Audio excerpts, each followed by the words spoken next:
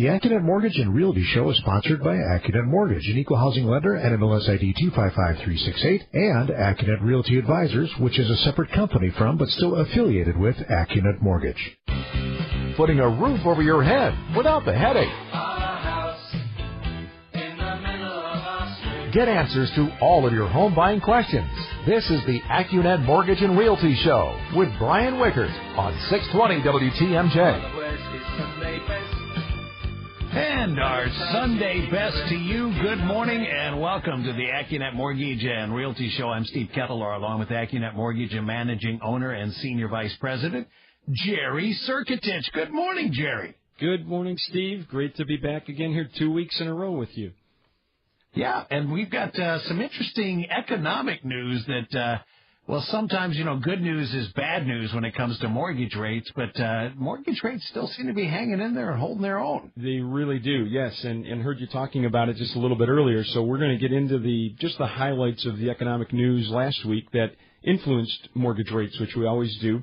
We're going to touch on home equity loans. We get more and more inquiries about those.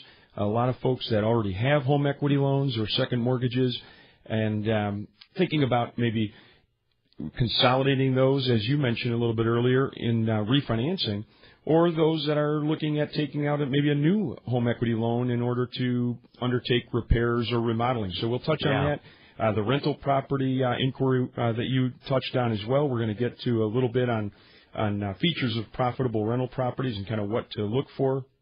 And then the FICO scores reaching an all-time high. We're going to touch on that as well.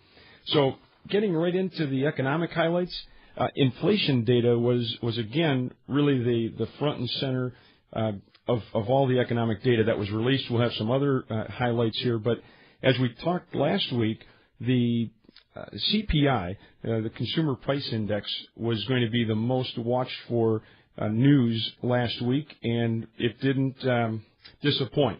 The Federal Reserve has been watching this really closely. They're actually, they've got plans, as we all know, to continue to increase rates at a measured pace. It's been, but in order for them to continue on that pace, they need inflation to continue to move upward, and it's just not doing that. It's been relatively stagnant.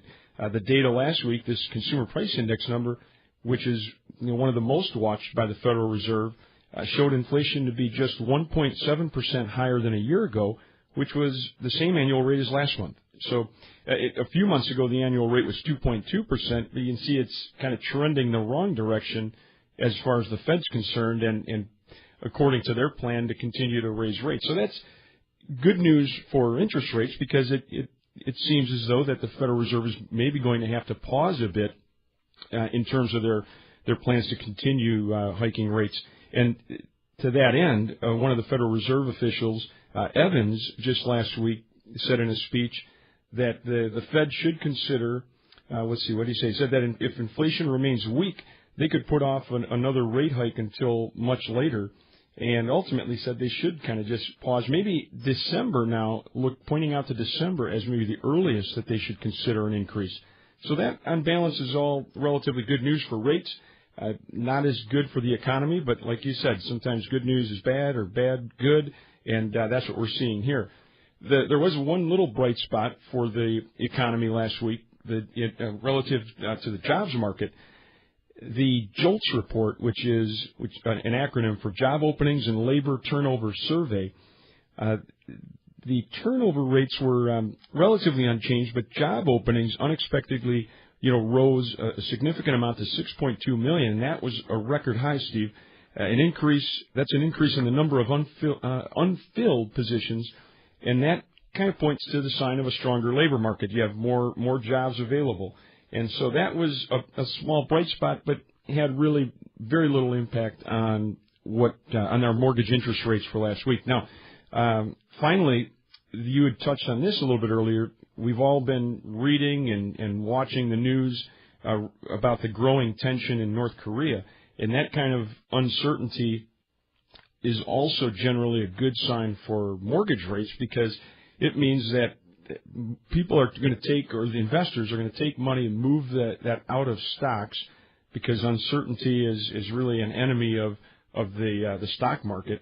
You saw last week the Dow, finally have some losses that we hadn't seen for several weeks, and that was almost exclusively due to this growing tension and uncertainty globally, especially with North Korea. It also had a little bit to do with the economic news not coming out as favorably as expected. But that move of investors out of stocks, that moves money into what are considered to be safer assets like U.S. Treasuries and mortgage-backed securities, and that increased demand for those securities is good news for rates. So we've got next week now, just that kind of covers the highlights, but I'll say next week, retail sales, another really important economic indicator. That'll be released next week. That's going to be very closely watched. Consumer spending, we've talked about over time, but just as a reminder, that consumer spending accounts for about 70% of all economic activity in the U.S. So this report is really a key indicator on whether that consumer spending is trending higher or lower. And as it's trending higher, good news for the economy, that's going to put upward pressure on rates. If the consumer spending and retail sales numbers miss expectation or lower than forecast, that's going to be good news for rates and maybe put a little bit of downward pressure. So that's going to be the biggest, and let's just say depending on how the news continues to come out as it relates to North Korea and the global uncertainty there, that certainly is something that could continue to influence rates as well. So I think we're to our first break, Steve. We sure are. And when we come back here, if you, again, have a question or a comment, you can always text it or talk it in here on the Accunet Mortgage Talk and Text line. That number is 414-799-1620. Home buying advice from the guys who know it best. This is the Accunet Mortgage and Realty Show with Brian Wickert on 620 WTMJ.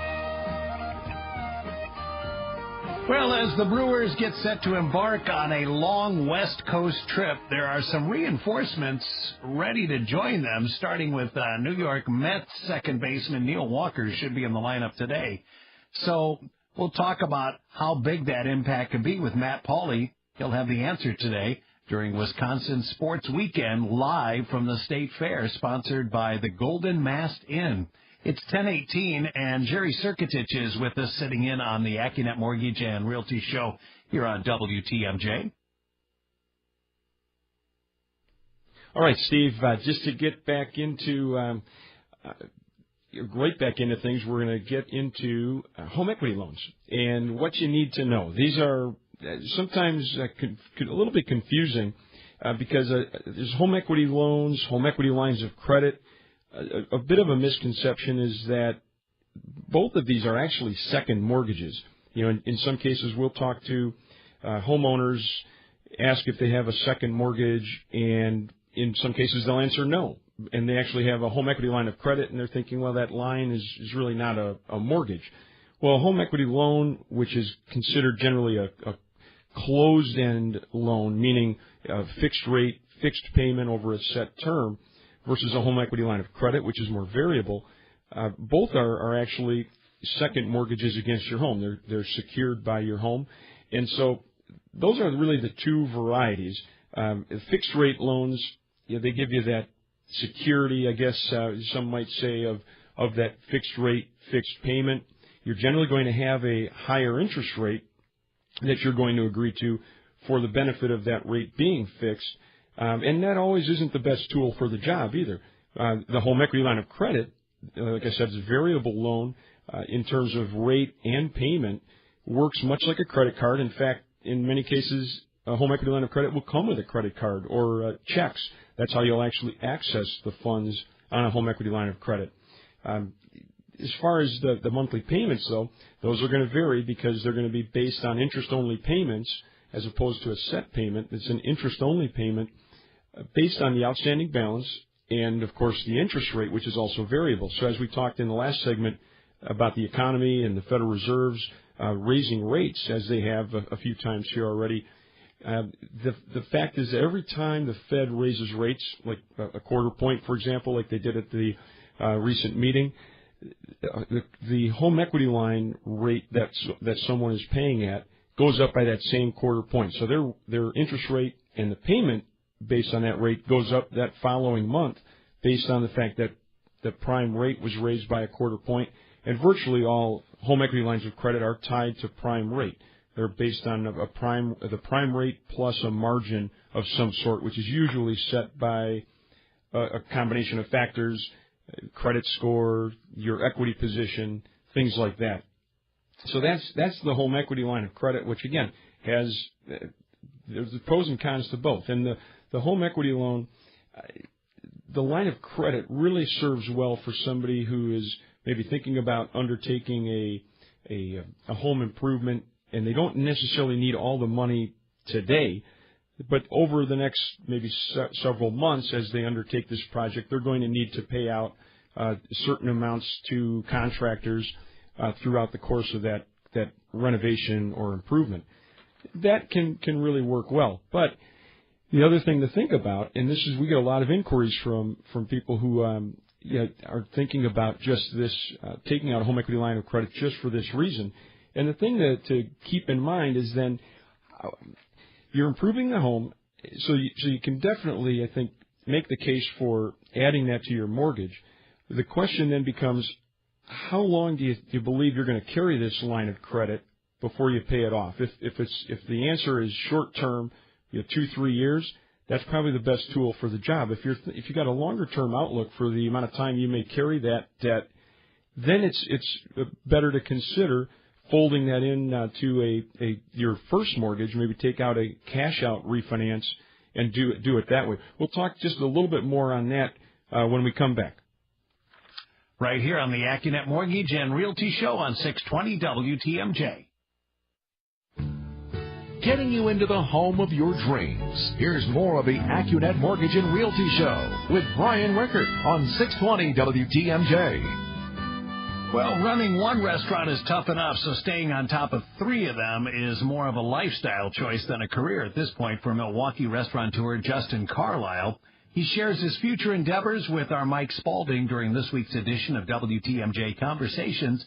Catch their chat coming up here at 11 o'clock this morning. We'll also take an update from CBS at 10:31 this morning on the violence in Charlottesville, Virginia, with Jane Matnair in the WTMJ Breaking News Center. Jerry Serkitich is with us here on the Accunet Mortgage and Realty Show. Jerry? All right, Steve. So let's kind of wrap up the thought that I was just concluding when we had to go to this last break, and that was as it relates to a home equity line of credit and how you would ultimately decide the best route, meaning carry that home equity line of credit versus taking out a cash out refinance, folding it into a new first mortgage.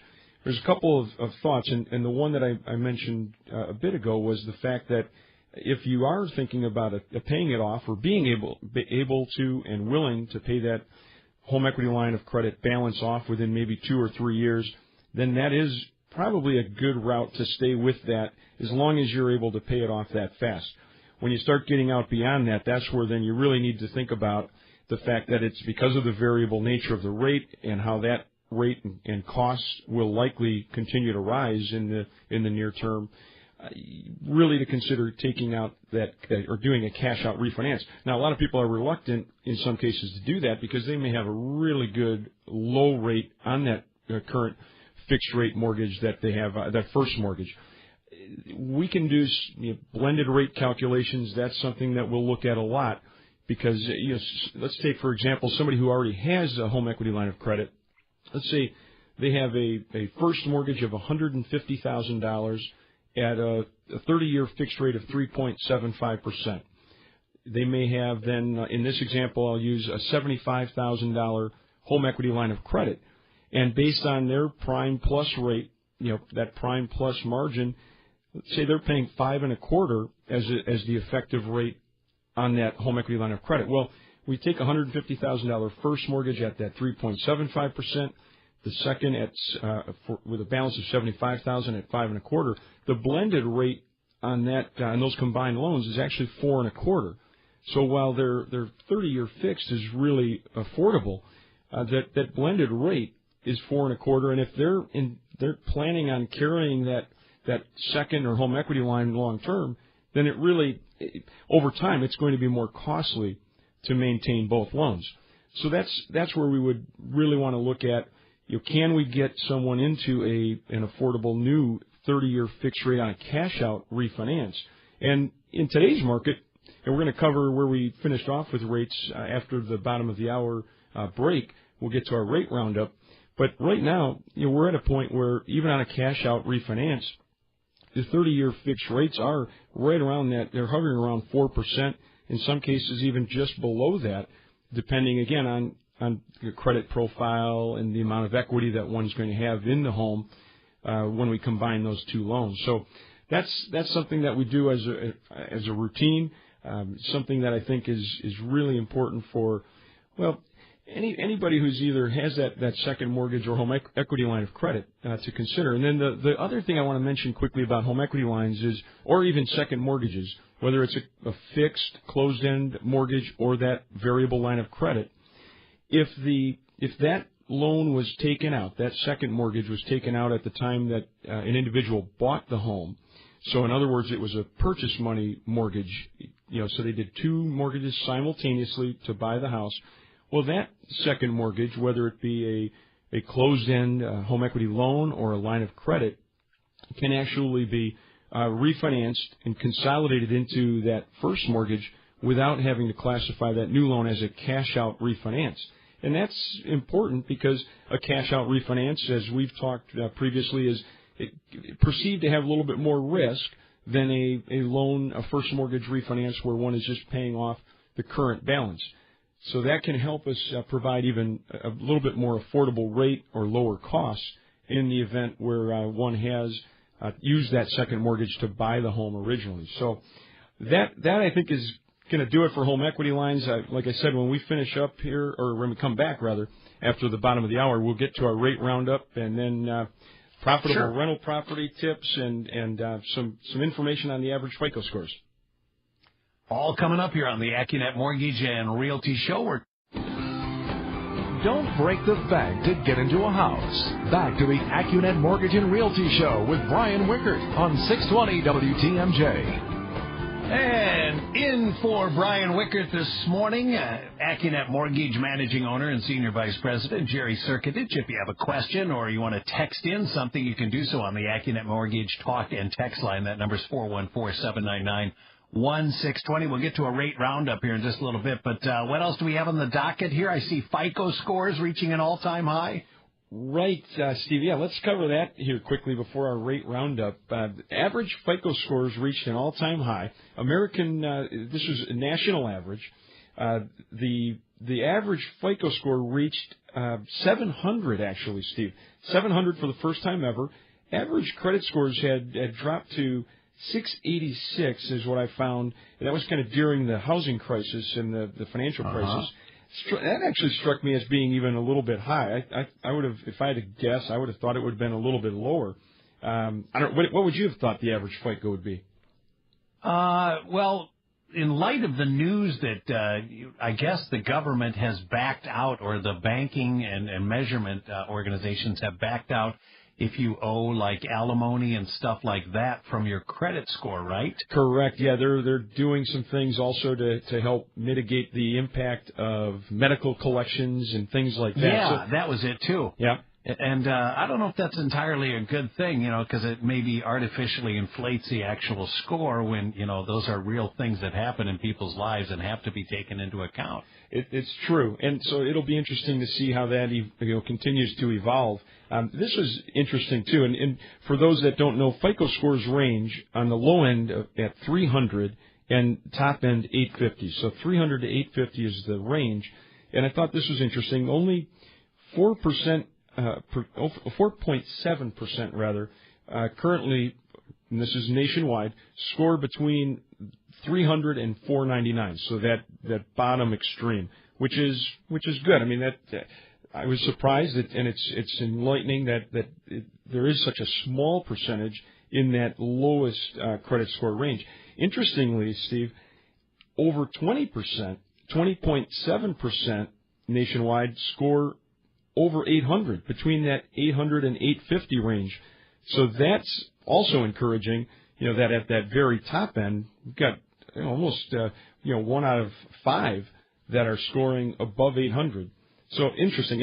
And just to wrap up on the FICO scores, like most know, when you, at 700 score, which now is currently the national average, that's considered a really very good score from a mortgage underwriting standpoint. So with a middle score at that level, most are going to qualify for credit, of course, and at affordable terms, meaning a lower rate, lower cost because of the credit profile, the stronger credit profile that they have. Fannie Mae and Freddie Mac currently require a minimum middle credit score of 620. So that's their baseline minimum threshold. If you fall below that, you're not eligible for Fannie Mae, Freddie Mac financing, but there are still other options, like FHA, for example.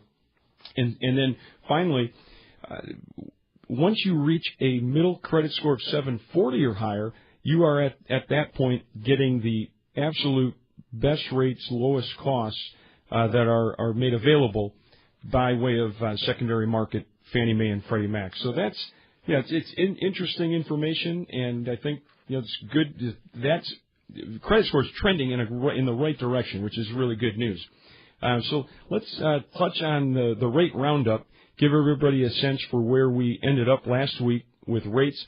The good news is very stable. Actually, mortgage pricing, not rates, improved just a little bit, and we can just touch on what that means again. But last week's Freddie Mac weekly surveyed rate, which we like to highlight and show everybody where the national average is according to Freddie Mac, that wound up at 3.90 last week. That's with a half a point, so a 0.5% discount. And so that means if you're based on the national average on a $200,000 loan, you're paying, in addition to normal closing costs, which are about $1,100, you're also paying on a $200,000 loan an extra $1,000, which represents that half a percentage point, that half a discount point. So about $2,200 in order to secure a 30-year fixed rate of 3.9. Well, Accunet again ended the week 3.875, so below that national average, not only on a no points basis, but our total loan costs actually came down from last week. So now those were just about $900 all in to secure a 3.875 30-year fixed rate with an APR of 3.903. So not only less in terms of costs, we're down at $900 versus the national average $2,200. We're actually a bit lower in rate. We'll wrap up on that before we get into the rental property discussion when we come back from our next break. Right here on the Accunet Mortgage and Realty Show on 620 WTMJ. Find a place to call home without the headache. This is the Accunet Mortgage and Realty Show with Brian Wickert on 620 WTMJ. An effort is underway to revive Midwest Express Airlines. So what are the chances of the best care in the air, and will they actually return to the skies? Gene Miller has the latest at 7:20 tomorrow on Wisconsin's Morning News here on WTMJ. What I'd give for one of those hot chocolate chip cookies they used to hand out. So Jerry Circadich is in this morning here on the Accunet Mortgage and Realty Show. We'll get to the top features of a profitable rental property, but kind of finishing up some thoughts here on the rate roundup. Right, let's just touch a bit more on rates because they are really affordable right now. Rates are down. They're really good, and I don't know if it's reported quite as much as it has been in the past. And so it's a great time whether one's thinking about buying a home, a second home, rental property, as we're going to touch on here in just a minute, or refinance. It's just rates are really affordable. And just by the way, I could also go for one of those chocolate chip cookies, Steve. Those were incredible. Yes, they were. Yeah. So just real quickly, the 20-year fixed also remained 3.625, which is again darn near 3.5 already on the 20-year, 3.662 APR. Total cost $900. No points, no prepayment penalties, and then finally the 15-year fixed just above 3% at 3.25, the 3.295 APR. Total loan costs just $900. And just as a frame of reference, as far as rates are concerned, this Freddie Mac weekly surveyed rate we talk about, that surveyed rate hovered above 4% for most of the first half of the year, up until May. I think it was toward the end of May when that Freddie weekly survey rate dipped below 4%, and it had reached a high point of 4.3. I think that was back in March, right around St. Patrick's Day. It had reached 4.3. So we are really experiencing a very stable rate environment. They're inching downward.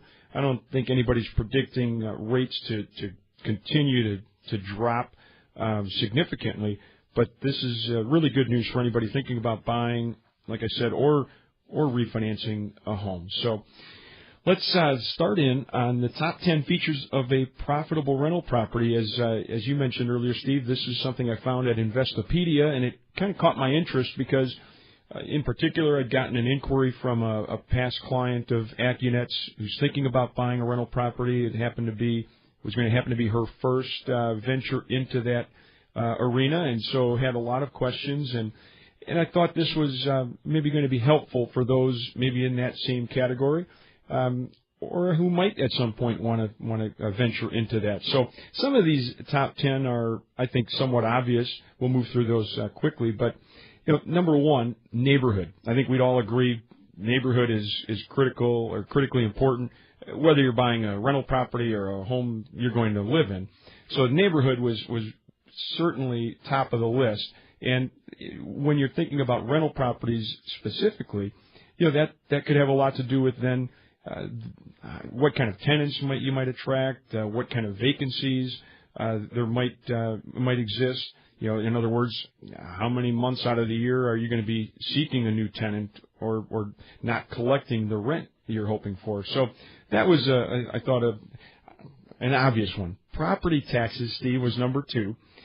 Taxes are important, again, across the board, but when you're buying a rental property, cash flow is important. You want to know that you're going to be able to collect enough rent to cover your carrying costs. And property taxes, second to your principal and interest payment on the mortgage, are going to be generally your highest cost. So property taxes are something you really need to be aware of, kind of take a look at different areas and how taxes might impact your total payment, thus your cash flow.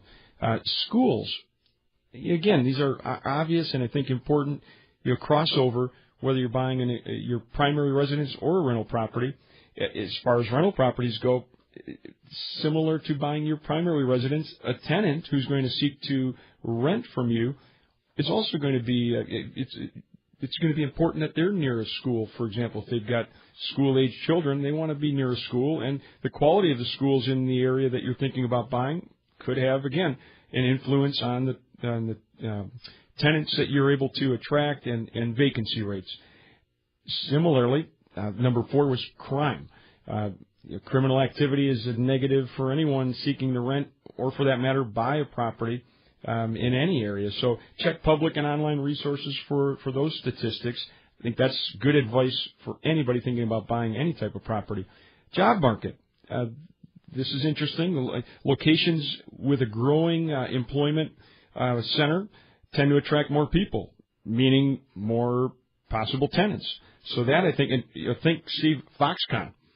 So that might be right now, all the talk about that, and I know there's still a lot that's going to unfold as it relates to that with timing and so forth. But when they come in, wherever area they do settle on, you got to believe there's going to be a big influx of not only people, employees, but the business center and rents in an area like that.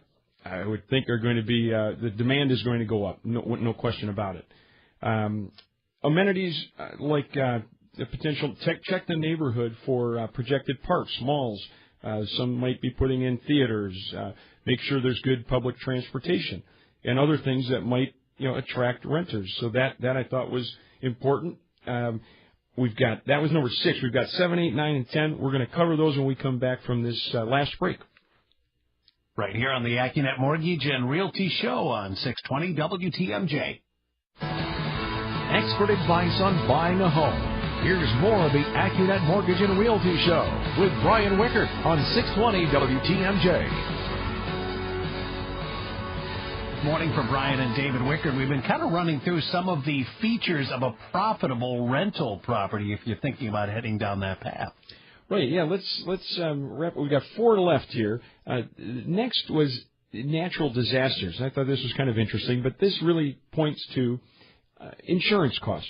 And so if you're in an area where maybe it's prone to more of that type of maybe hurricanes, natural disasters of some sort, your insurance cost is generally going to be higher. And they just mentioned that because, like taxes, insurance becomes part of that carrying cost, and the higher that cost is, the harder it is to cash flow that property.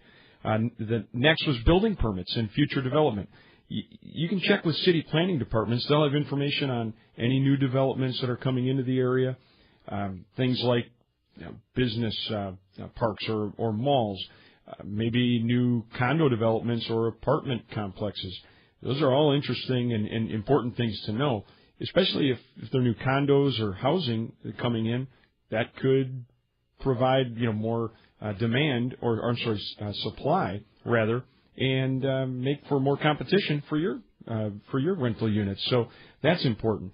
A number of listings and vacancies. This from the standpoint that if there's an unusually high number of listings, that can be a negative, depending on why. It might be just seasonal fluctuations. It may be something else. But if there are many properties listed for sale, that can be a sign of a problem. It could mean higher vacancy rates. Higher vacancy rates may require lower rents. So you might have to lower rents to attract tenants. So not something you're going to hope to find when you're searching for that right rental property. Finally, rents.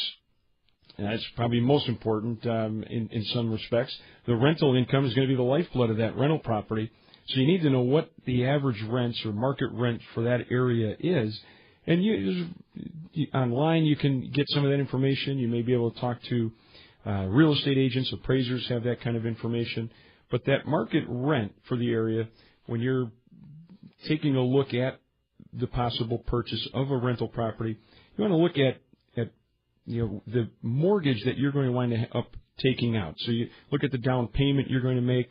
Let's look at total housing costs, principal and interest, taxes, insurance, and make sure that the rent that you're going to collect, that gross monthly rent, is going to be enough to cover that total payment, taxes, and other expenses. When you go into a property like that, or you're thinking about buying a rental property, it's not always easy to cash flow right away. But what you want to try to do at a minimum is get to a break-even point to where that monthly rent is at least covering the carrying costs. So bottom line was that we have good cities, there's good neighborhoods. Neighborhoods have good properties, but you got to do the research to really kind of make sure you're hitting on all cylinders, that you can line up all 3 of those. And when you do find that property, keep expectations realistic. Really look at the finances. That's where calling us, like the discussion I had with our client, really running through the numbers, the current financial profile of someone, and their financial health as it relates to thinking about getting into buying investment property. So it's the appreciation that you can get by owning rental real estate, the cash flow, and then some depreciation also that we can get into in more detail, but not want to bore folks with that discussion. And so that's the other thing that I want to talk about next week, and just to touch on this, and I'm going to prepare some information, and that is on bridge loans. We get more and more inquiries on bridge loans from folks who are in the market to buy a home, maybe moving up or downsizing, and don't necessarily want to sell their existing home before they close on the new home. And that's that's in today's real estate market too, Steve. We've talked a lot about this. The fact that those contingencies to sell your existing home first can make the difference between whether or not your offer is accepted or not. So that's something that's really important. We actually have some really good sources for bridge loans. A lot of people don't even realize that bridge loan is still an option. It is. We've got good sources for that, And there's a lot of misconceptions, too, though, surrounding bridge loans, and we'll talk about that next week and hopefully clear some of that up for everybody. Steve, it's great being with you again.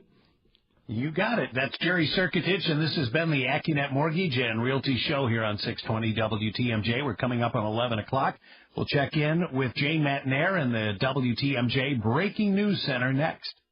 The preceding was a paid program. Advice and opinions expressed during the Accunet Mortgage and Realty Show are solely that of the hosts or guests of Accunet Mortgage and Accunet Realty Advisors and not WTMJ Radio or Scripps Media Incorporated.